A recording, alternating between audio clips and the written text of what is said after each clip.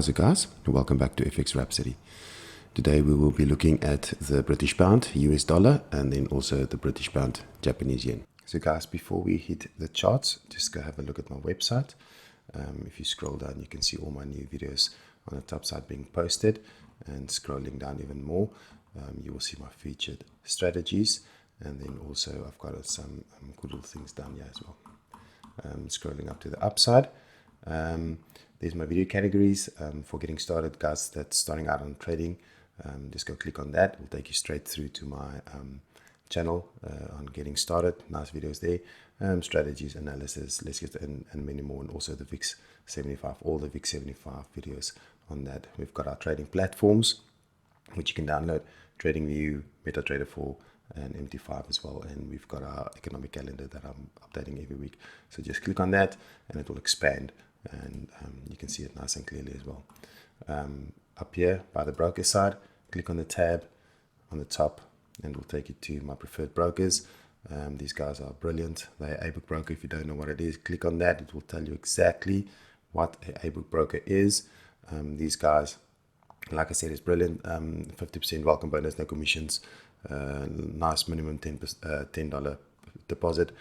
You can deposit your money via Ozo, PayFast, Visa, Scroll, Bitcoin, Ethereum, and so forth. These guys have got amazing spreads. Click on that little thing there and it will tell you exactly, or show you what the spreads are like on that broker. So just go visit them, go have a look. Like I said, guys, brilliant, brilliant broker. Also the resource tab at the top. Like I said, just go scan through the website resource. You got your candlestick cheat sheet you can download, the updated commitment of traders reports, COT reports. All you do is just click on that, we'll download straight to your PC, MacBook, or even your smartphones.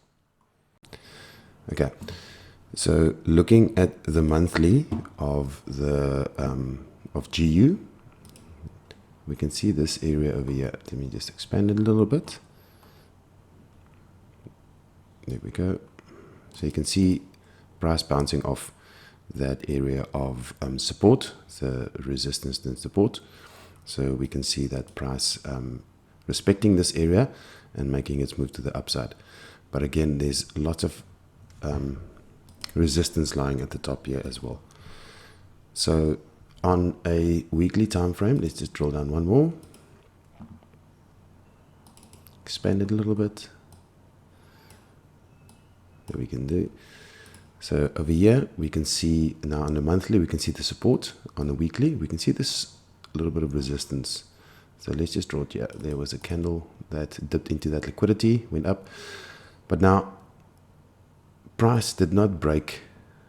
It went past or went through this support area, came up, and now it's testing this resistance area that's lying over there.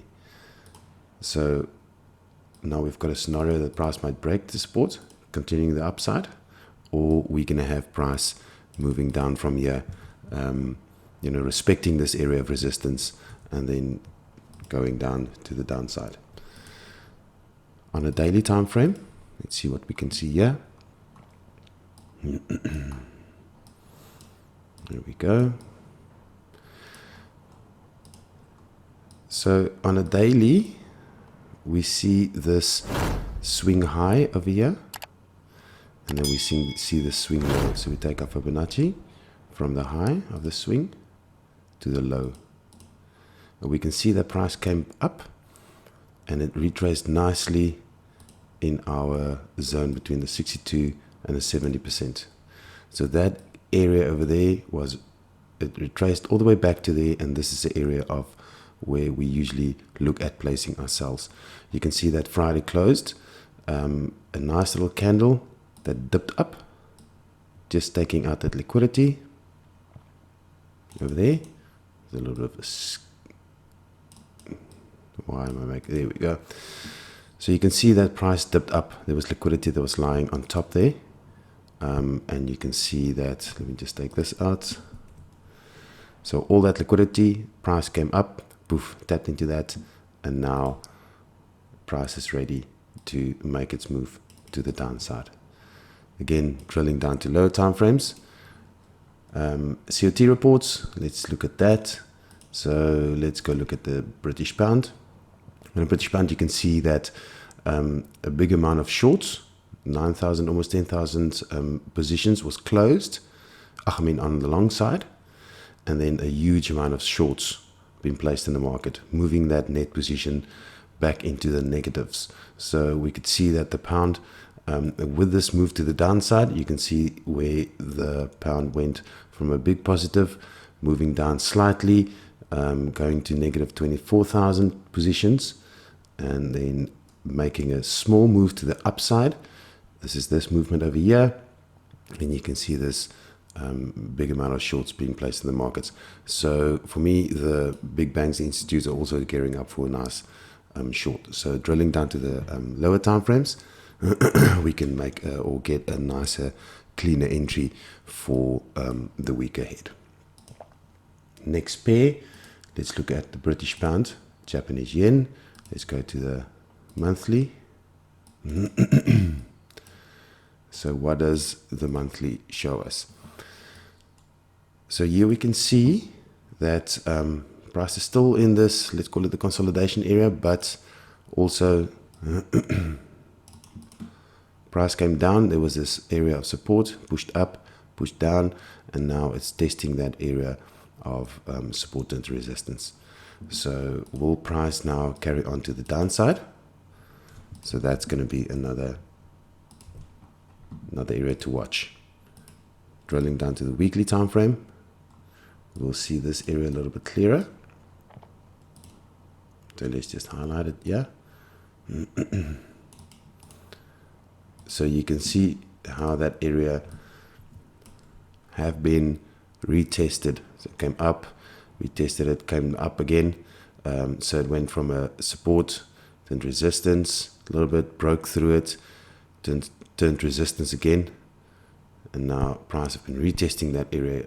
So basically there's two scenarios again. Price might from here make a move to the upside, or just come up slightly and then tap into this area of resistance and then continue to the downside.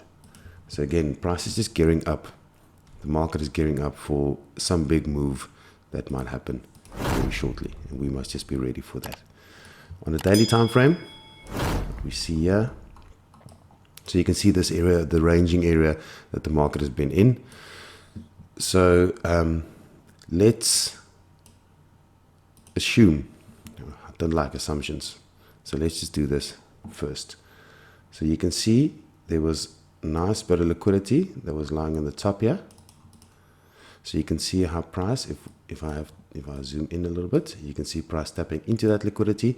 So you have all this price coming up and down, coming up again, going down.